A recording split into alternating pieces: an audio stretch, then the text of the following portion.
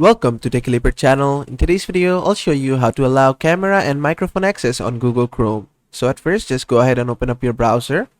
Then just go to the specific site on which you want to allow the microphone and camera access. Then on that site, you'll find this settings. Just click on this. From here, just go to site settings.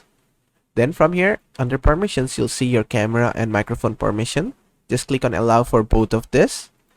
And basically that is it. You're gonna see a lot of other permissions here. You can also allow those if you want, or you can just reset all the permissions if you want.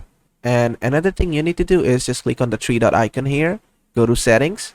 From here, just go to privacy and security, then scroll all the way down and you'll see site settings. Just go inside this, and under permissions you'll see camera and microphone. Just go to one of them.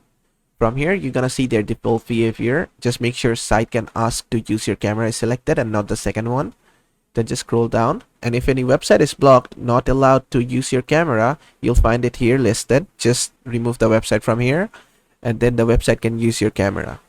Go back and go to microphone and do the same thing here. Select the first one, and if any website is blocked, then remove it from here. And that's basically it.